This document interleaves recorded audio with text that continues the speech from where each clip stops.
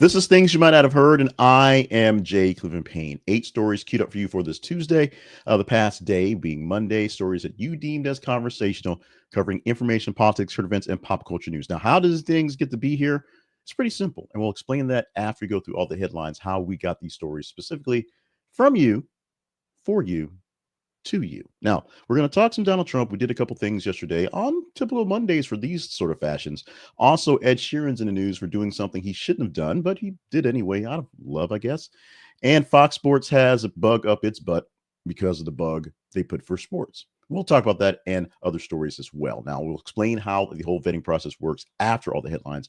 But remind you right now, our website home is theconversationproject.com for all the details of what we do all day, all the time. And of course, email us with your comments, concerns, all complaints at the conversation inbox at gmail.com. If not said so yet so far, and that's not even the wrong picture. I don't have the wrong picture up. I'm not even in the right mode because we should have been on the teaser, Ed Sheeran. Now, let's get to today, which is Tuesday, February the 11th, 2025. 3 days till Valentine's Day and some love coming up in our sponsor. But remind you, if you have a certain love and expecting a gift, got 3 days to figure it out. So, you don't have to figure out how the stories work here. We'll tell you those in a moment, but there's no particular order as we present them right now. These are just how they laid out when we did the best narrative. Always starting off with Donald Trump because he is the best narrative. The best narrative for him was a couple things he did within the past couple days, not just yesterday, but rolling into from Sunday into Monday.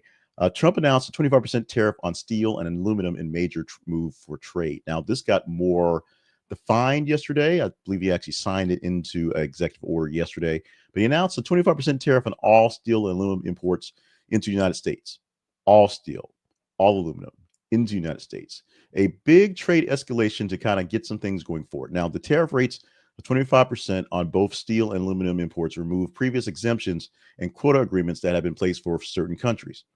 Nobody is exempt from this one. They go into effect on March the 4th, and the tariffs apply universally. So they impact Canada, Mexico, the European Union, and China. Some nations like Australia might receive some exceptions, while those that have been criticized. The move is essentially seen like a bad move. Now, this is a way to directly impact the Chinese cheap steel market because the cheapest steel in the world comes from China. But the Americans import most of their steel from Canada and Mexico. Now, how is this going to work towards U.S. steel and other steel imports and exports, if you will? Japan is not going to buy U.S. steel. Trump is going to have Japan invest money directly into U.S. steel so that they make more steel, get some profits off steel made here. And if, as he said, if you make your steel here, there's no big deal. Get all your steel from the U.S. We got plenty of steel. No importing from any place else because they'll get a tariff going forward. As we know with tariffs, I say this so often, it seems like it's broken record. When a tariff goes into things going for foreign countries, it's a tax on the importer, tax on the people paying for it, tax on the consumer. And what happens for the domestic builder, domestic user, domestic producer, they raise their prices as well because they're all on a level playing field. They don't actually try to work for making the lesser be the better evil, being a lesser market value, making them buy more from the Americans, buy more locally. They just raise the prices so they get as much as anybody else. That's what happens when tariff wars happen. Outside of tariff war, the actual war going on in Gaza, where Hamas coming in October, kidnapping hundreds of people and then having skirmishes along the Gaza Strip, there is a ceasefire that was very heavily, very carefully put together by the Biden administration with the overseeing of the Trump administration so they knew that things would come through. Trump is tearing that up effectively by saying all hostages should be freed by Saturday at noon, or he would let hell break out. A longer quote will be in the actual reading. The ultimatum was released about what was going on in Gaza. Essentially, the biggest issues is the Hamas members, folks that are voting, folks that are in charge, are delaying the actual release of hostages because they say that Israel is not really sticking to the bounds of the agreement, and of course, delaying some of their release of the prisoners. Now, remember, what we have in most cases is a 50-1, or in some cases 100-1 trade for a hostage to actual prisoners, people have been held in jail for a while by Israel and other nations from various fighting. It's not a fair deal, but it's what was agreed to, what was put out there. Now, Donald Trump has said it's over, it's done. Not only will he let hell break out if things don't be done by Saturday, He also is pushing for nations that said they're not going to do what he wants to do things, being specifically Jordan and Egypt, saying they will take the Palestinians. They will take some folks and take them forever, or they will lose aid from the United States. Interesting take on all these things, but we're going to see how they play out. As right now, seems like no one wants to play in this sandbox with Donald Trump. Whether all hell will break loose at the end of this weekend, we shall see. Today is Tuesday. That means we've got a week to figure out, and we don't even know what time it is. Noon Eastern time, noon Washington time, we're assuming. But we'll find out what happens when they don't comply, when others don't comply, and what's going to happen for the nations and us, U.S. A brand new wrinkle in the justice system where the Department of Justice is actually seeking to dismiss the federal charges that are against New York Mayor Eric Adams. So membership apparently has its privileges, as Eric Adams is going to get a chance to get a reprieve, as the DOJ is going to direct federal prosecutors to actually dismiss his corruption charges against him. It's issued by acting Attorney General, Deputy Attorney General Emil Bove, who's basically concerns that prosecution of Adams, basically keeping him in jail and keeping him, dealing with the jail issues, is actually not helping out his ability to work on crime and immigration in the city. Essentially, he can't work on Donald Trump's initiatives if he's worried about going to jail. That's what's being played right here. He was indicted in 2024, September, charged including bribery, fraud, and conspiracy. A lot of things dealing with luxury gifts and travel with Turkish gifts. Maybe he's influenced by Turkey for political favors that are going to make things better for the Turkish in the States and beyond. Adams has consistently denied the charges, averting that they are politically motivated due to criticisms of the Biden administration. And now with the Trump administration, they seem to be going away. Happy birthday. Merry Christmas. There you go, Eric Adams, who will be doing more to work on immigration and crime in New York City because it's part of the mandates by Donald Trump. And for that, he will maybe see no prosecution, may all go away because DOJ will make it go away because Trump makes things go away. This is actually a disturbing story. So this has a trigger warning on it. So if you listen to this with kids or have very sensitive issues on SA type stuff, you might want to back away from this one. So Representative Nancy Mace accuses ex-fiancé of assault and rape in a speech in the House. Happening yesterday, Representative Nancy Mace of South Carolina delivered an emotional speech on the House floor, accusing her ex-fiancé, Patrick Bryant, and 3 of his business associates of severe sexual misconduct. She alleged that these individuals engaged in physical abuse, non-consensual recording of sexual acts, and exploitation of women and underage girls. Mace claims to have discovered over 10,000 incriminating videos and photos on Bryant's phone in November 2023, which included non-consensual sex acts with women in her district. In her nearly hour-long address, Mace criticized South Carolina Attorney General Alan Wilson for allegedly failing to act on the evidence she provided. She questioned why no indictments had been issued despite what she declared was clear-cut evidence, and accused Wilson of treating women who came forward as criminals. Mace emphasized that her remarks were protected under free speech and debate clause, which grants lawmakers immunity from statements made during legislative sessions. Patrick Bryant has categorically denied allegations, stating that, in a quote, "I take this matter seriously and will cooperate fully with any necessary legal process to clear my name," end quote. Attorney General Wilson's office also refuted Mace's claims, asserting that they had not received any reports or requests for assistance from law enforcement or prosecution agencies regarding these matters. Mace's speech garnered significant attention, especially as she is considering a 2026 gubernatorial run against Wilson. She is supported by several Republican colleagues during her address who emphasized her commitment to seeking justice for the victim. We're going to take this time to pause, palate cleans, if you will, for something as heavy as that. Going to more lighter stories, definitely, although we got bird flu coming up. But we'll remind you that we, the Conversation Project, are powered by you. So in a bit, I'll ask you to go to the feeds and help us get the news stories that we picked today. And go to our sponsors and help us fund the things we do every day. Excuse me.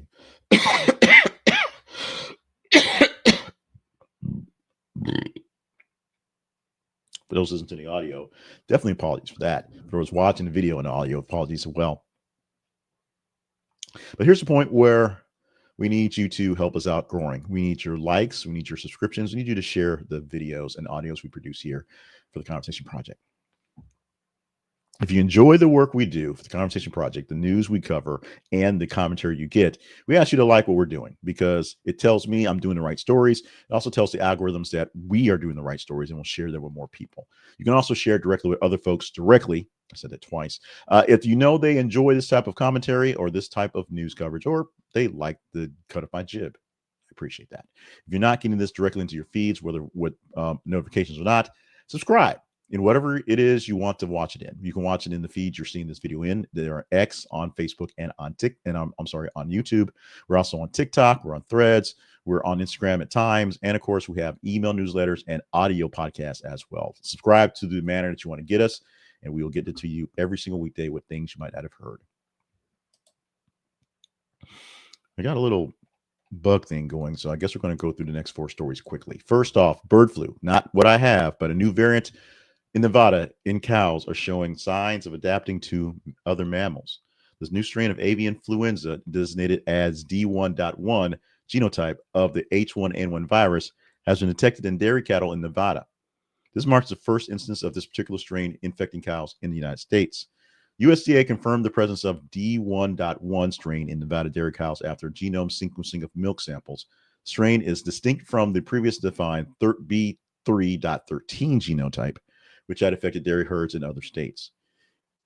A related development, the dairy worker in Nevada actually tested positive for this strain, D1.1, and the individual experienced mild symptoms, primarily eye redness and irritations, and since been recovered from what happened.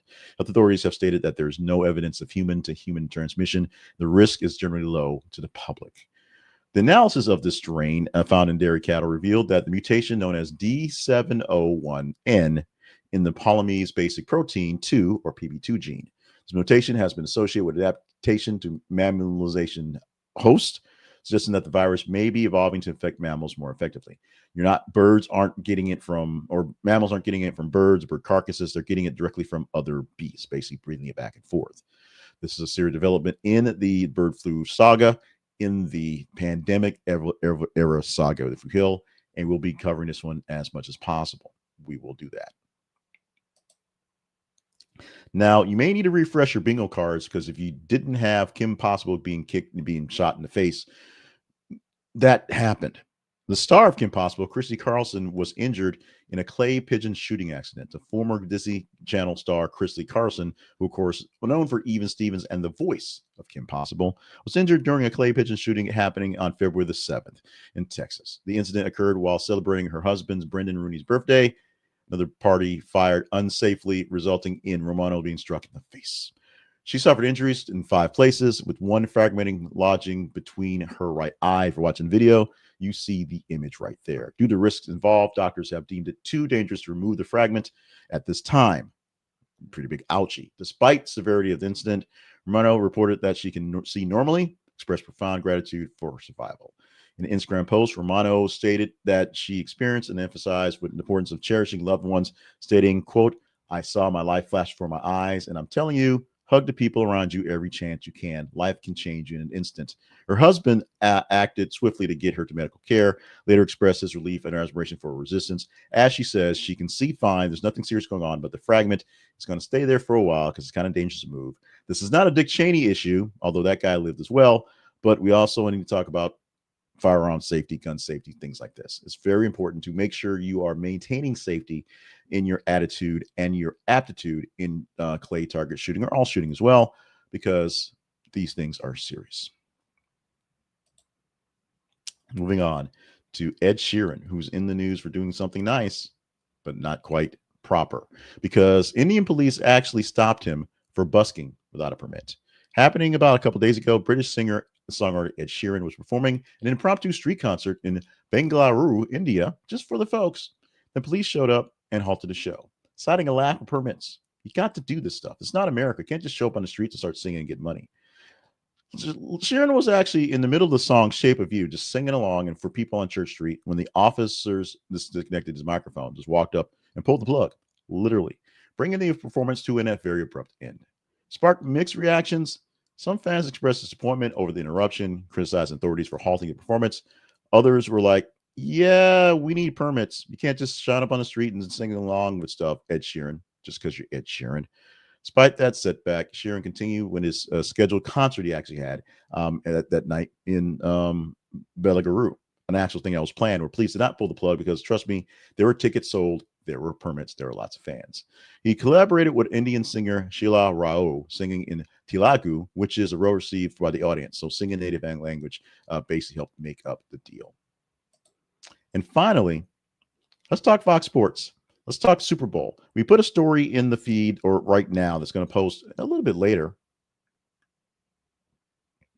It came out about late-ish last night, and I just now saw it. So it'll be a little later. We'll have that to talk about Super Bowl ratings. And they're actually good, despite the fact that the game was not so good. But what would also basically be called not good is criticism for the new sports bug for the Super Bowl that Fox actually debuted. During this Super Bowl 59, if you remember, Fox Sports introduced a redesigned scorebug that was met with widespread criticism. The new design featured large blocky fonts displaying team abbreviations and scores with minimalistic elements that transparent background. It was there. Fans found the design distracting and unappealing, expressing their dissatisfaction across social media platforms. I think this is really just a clickbait thing because I kind of liked it. I thought it was cool. The critics highlighted several issues with the new scoreboard design, including oversized fonts and lack of clear separation between the elements, which made some feeling like it was difficult to read. I thought it was perfect. The minimalist approach was received by some as overly simplistic, leading to comparisons to outdated amateur graphics. I thought it was good. And despite the negative feedback, some viewers appreciated the minimalist design, me, noting the reduced screen clutter and produce essential information without unnecessarily embellishments. The group found the new scorebug to be a refreshing change from more elaborate designs used in previous broadcasts. Now, what I didn't do is I like to actually, because I'm old, not like millennials who do it just because it's cool. I like to actually have captions on the screen. I turn them off for sports because it usually gets over the bug. I didn't turn them on when I watched it, and I watched it on the 4K channel, so get a little extra juice to it. But the only complaint I personally had, and it wasn't really a complaint, when they had things to put, like they put the quarterbacks, their ratings and things going on the side, because of the font, because it was on a green background, it was easy to we'd see the white font. That font could have been a little bolder, a little bigger. But I thought it was cool. I thought it looked great, and it was very non-distracting for me. I guess the fact that it was minimalist and non-distracting made it more distracting for people looking for things to be distracted by.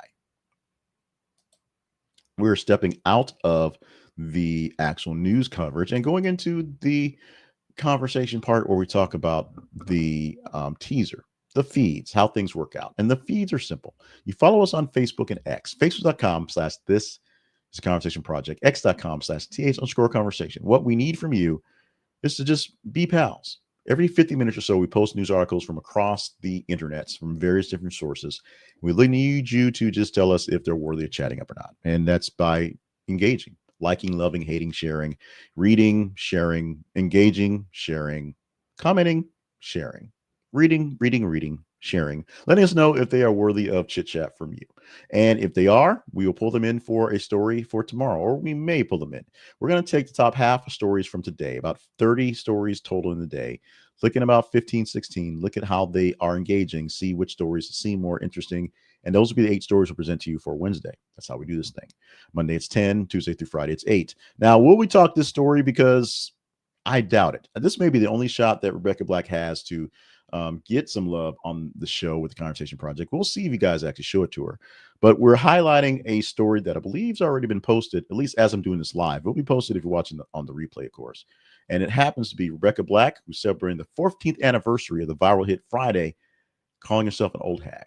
It's hard to believe that it's been 14 years since It's Friday, Got to Kick It Down on Friday happened. But it has. She tried to have a career that was a bit more extensive. It didn't happen. She's still kind of doing the rounds here or there as more of a C, maybe D-list celebrity, because she can do that. But right now, 14 years since the release of Friday, just sort of throwaway hit they done at one of those boutique video places from back in the day, that her mom wanted to show just how hard it was to be an artist, make a video, paid some money, made a video, became a hit, and then it became what it is. We can talk about it tomorrow. We did not talk about Jimmy Johnson's AI tribute video, which I was really looking forward to doing. It did not get any general response, no real big hits for this one. So I may be the only person. Like I said, I wasn't really creeped out about it, but many people were.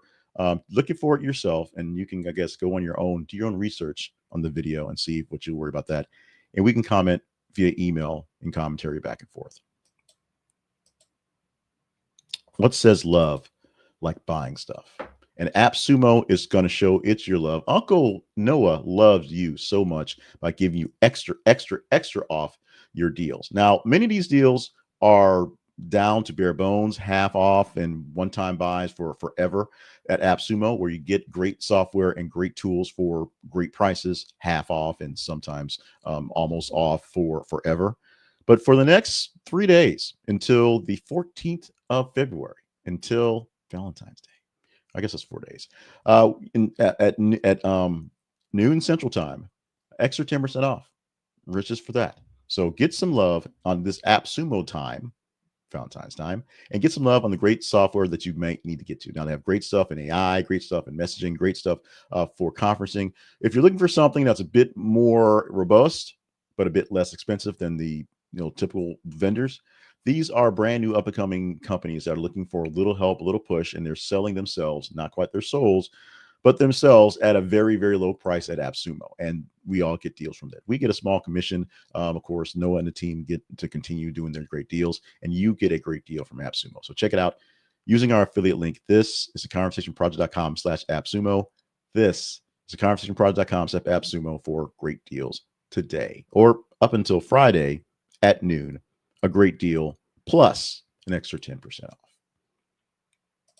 The Conversation Project lives online at this is theconversationproject.com. We want to invite you to do what you can at the website. Go to the website, visit us and see more of what we have done, because we have past episodes there. Visit us and see more that we do with things going forward. Look at our origin story and see if you understand and want to be a part of us. You can also visit our sponsors and our partners. You can see what that's all about and help us directly work on things going forward. The most important thing you can do, if you don't deem us worthy of your donations, your money, is your time.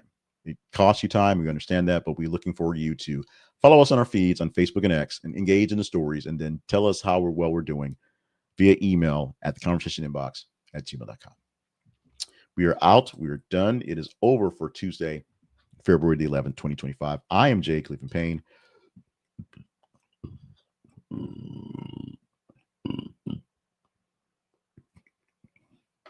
And if you're listening to the audio, apparently I'm pretty gassy today. Working on that. Acquiring a speech coach so I can work on my breathing when I'm talking, so I'm not swallowing so much air, so I have all those things happening. It's a thing. When you're a solo guy doing all the stuff, it does become a thing. But we appreciate every one of you who has put in some effort and time and are following me along the ways. Had a chance to talk to some real life people out in the world, like actual humans, about some things I'm doing, and I appreciate the input they gave me. They gave me some things to work on. We're going to incorporate those. And of course, appreciate all you folks who follow me to your welcome. And now second channel, which has more direct comments and direct thought processes on how I feel about things. The first thing being Donald Trump not having a sense of humor and how that is affecting our politics.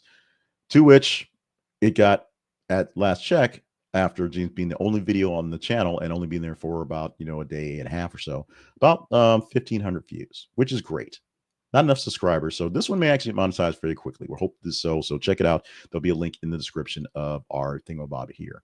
With that, I'm done rambling. I'm not really feeling so great. So we're going to get on to have a hopefully good Tuesday. You do the same as well. Stay limber, stay hydrated, stay on task for all the grand things you are here to get done today. We need you here. Oh boy, do we need you here. Whether you enjoy me or don't enjoy me, I'm just glad you're here. Love you. Mean it. We out of here.